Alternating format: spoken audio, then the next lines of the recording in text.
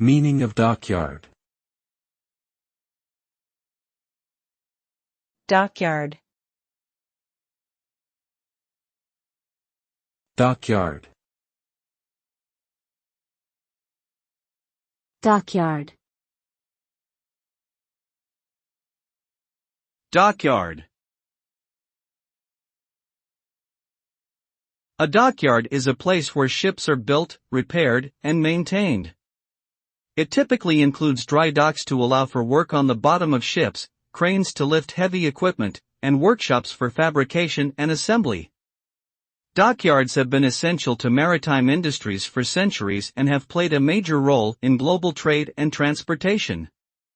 They require skilled labor and specialized equipment to operate effectively and are often located near major ports or naval bases. Overall, dockyards are critical infrastructure for the maritime industry and have helped shape the modern world.